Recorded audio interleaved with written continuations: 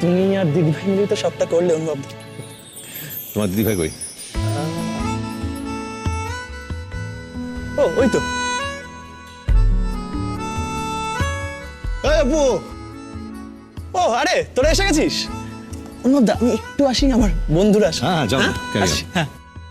আরে কি খবর, এত দেরি করলি? আর বলিস না, একটুখানি দেরি হয়ে গেল ভাই। আচ্ছা ঠিক আছে, চল ওদিকটা চল।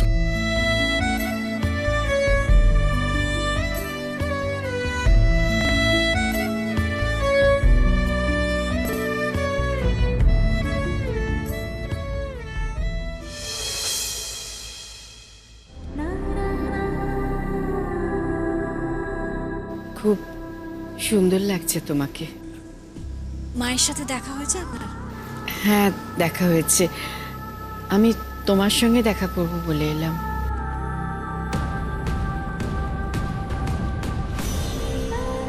আমি জানি আনন্দীপ, এখন এ কথা জিজ্ঞাসা করা অনেক দেরি হয়ে গেছে, কোনো মানেই হয় না হয়তো, কিন্তু তাও আমি তোমার মুখ থেকে শুনতে চাই। কেন এমন ডিসিশন নিলে তোমরা? কেন বারবার এক হয়েও ছিটকে গেলে শেষ অবধি? পিসি, অনেক সময় অনেক কেনর উত্তর আমাদের কাছে থাকে না। আমি না ভাগ্যে বিশ্বাস করি।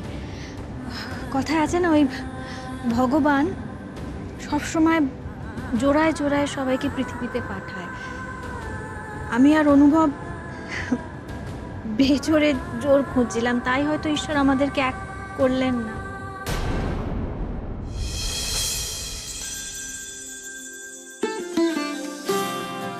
বুলটি বুলটি এসে গেছে, আমি একটু ওদিকে যাই। হ্যাঁ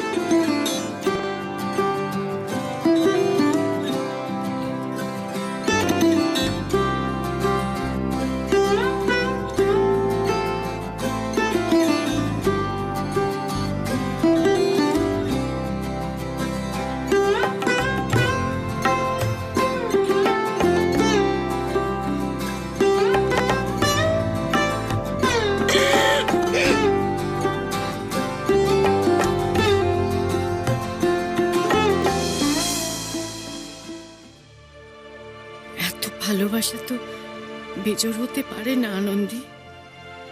আজও এখনো আমি মনে করি অপুরালার মর্জির বিরুদ্ধে কাল অনুভব দিয়ার বিয়েটা হতে চলেছে। ও মা, কি মিষ্টি লাগছে মেয়েটাকে। হ্যাঁ,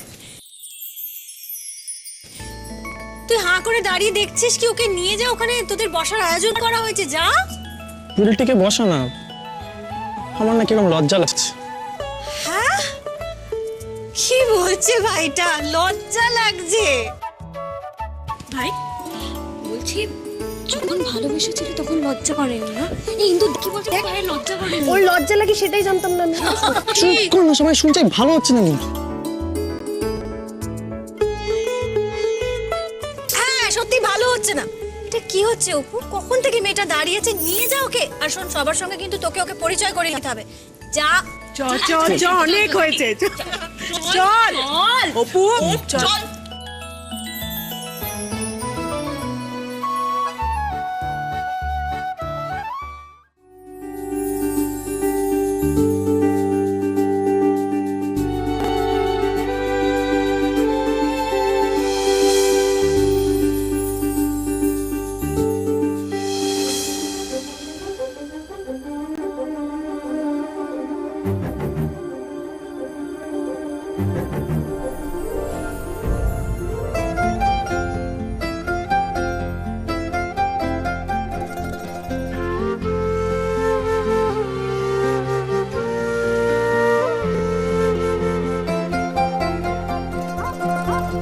লাল শাড়িতে তোমাকে খুব গর্জিয়াস লাগছে।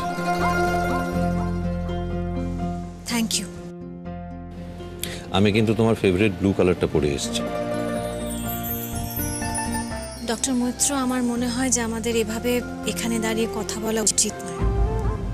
কাল আপনার বিয়ে, আর যে মানুষটাকে জুড়ে আপনার সঙ্গে এত বড় একটা স্ক্যান্ডাল হয়ে গেছে, তার সঙ্গে এভাবে একা দাঁড়িয়ে কথা বলা বোধহয় উচিত নয়।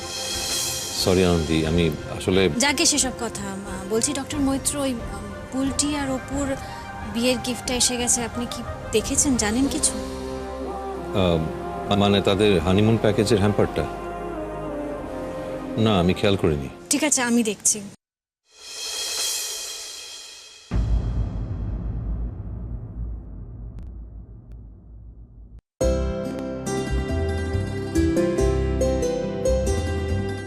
বলছি শোন না অপু, আমার আর ডক্টর মৈত্রর নাম করে কোনো গিফট এসেছে?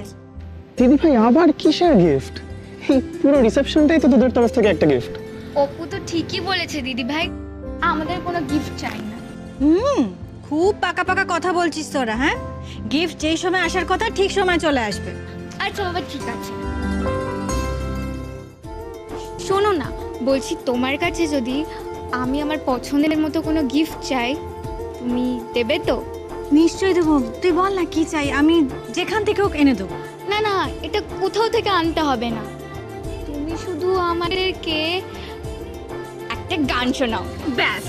বুলটির কথা তো দিদিভাই ফেলতেই পারবে না, গান তো এবার দিদিভাইকে গাইতেই হবে। হ্যাঁ, একটা গান প্লিজ প্লিজ প্লিজ। প্লিজ একটাই গান। কি হলো দিদি ভাই, শোনাবে তো প্লিজ? ঠিক আছে। এই নবীনদা, মাইকটা দাও না। Thank you. এই নে।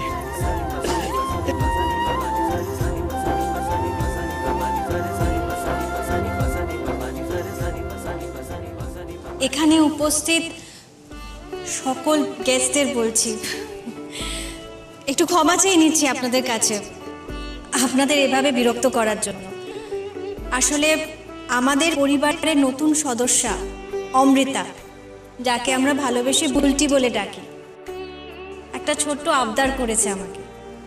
বড্ড স্নেহের আমাদের বুলটি, বড্ড আদরের, তাই ওর আবদারটা ফেলতে পারছি না। আমাকে একটা গান গাইতে বলেছে।